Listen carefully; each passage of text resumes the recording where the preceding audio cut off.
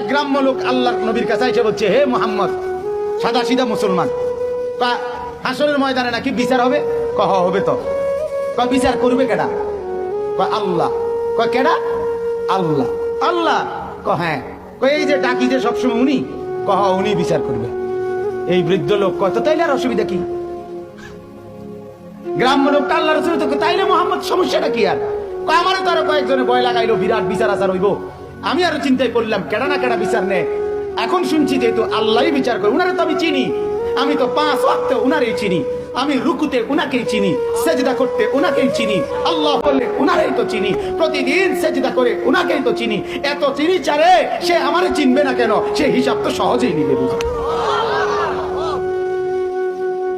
মুমিনের বাঁচতেই সমস্যা কি? কথা বলেন না কেন? ইমানদার মরলেই অসুবিধা কি? ইমানদার বাঁচলেই অসুবিধা কি?